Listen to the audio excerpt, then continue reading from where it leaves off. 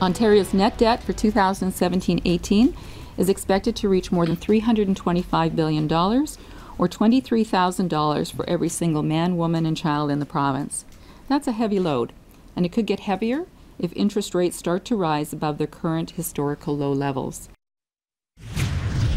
Can you feel that crushing weight on your wallet? Well, that's the debt in Ontario continuing to balloon, according to the Auditor General, Bonnie Lysyk. To break this report down even further, because there's a lot to it, I'm joined by our research director here at Sun News, Andrew Kimber.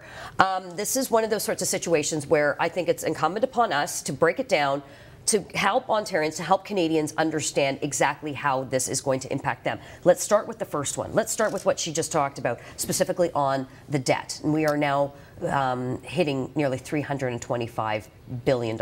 Yeah, so when the Liberals came into power in 2003, Ontario's debt was around $156 billion. It is on track to almost triple, so getting up to $325 billion.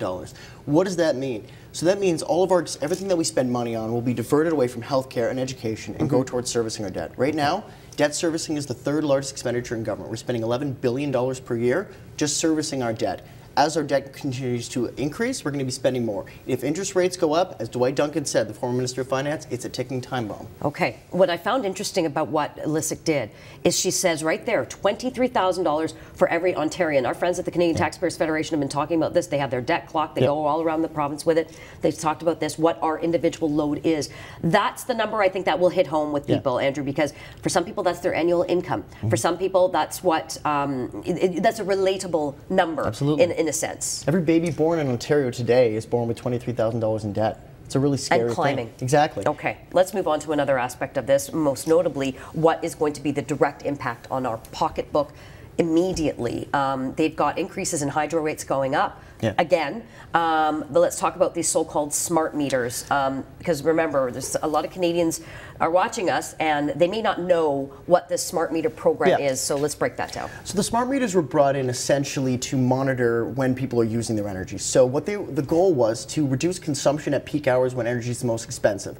The goal was to reduce it by 2,700 megawatts at peak times. It hasn't worked. In fact, demand has increased during peak hours and everybody's paid the price. Moreover, the Liberals artificially put higher prices during those peak hours to move people off. It hasn't worked. Beyond that, the program has cost almost $1 billion more than they said it would. Okay, so now she's saying the $1.9 billion smart meter rollout has yet to justify the cost to hydro customers. Winter's coming. We had a pretty brutal one last year. The costs have gone up and up and up. They talk about always about the, I just had Catherine Swift here and she said this government's killing the middle class. Well, let's talk about those who are on fixed incomes. They're the ones that can't afford this, yet they continue to flitter this money away. Another aspect to this I want to talk about, though, on the hydro before we move on to infrastructure, which is what the province is always whining about to the feds. We don't have enough money.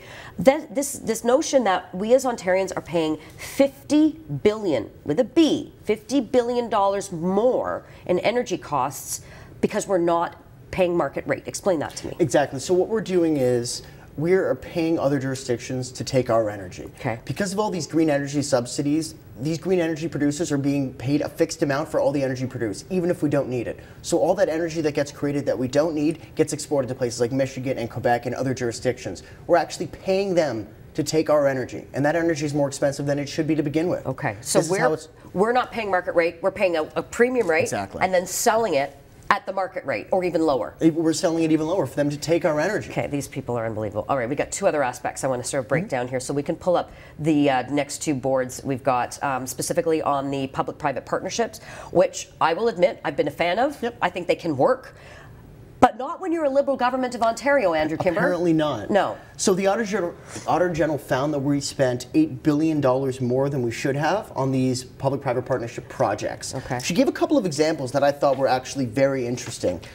For example, one instance at a college, there were two buildings that were built. One was a publicly built building, and the other one was a private building. So the private building ended up costing 10 cents more per square foot.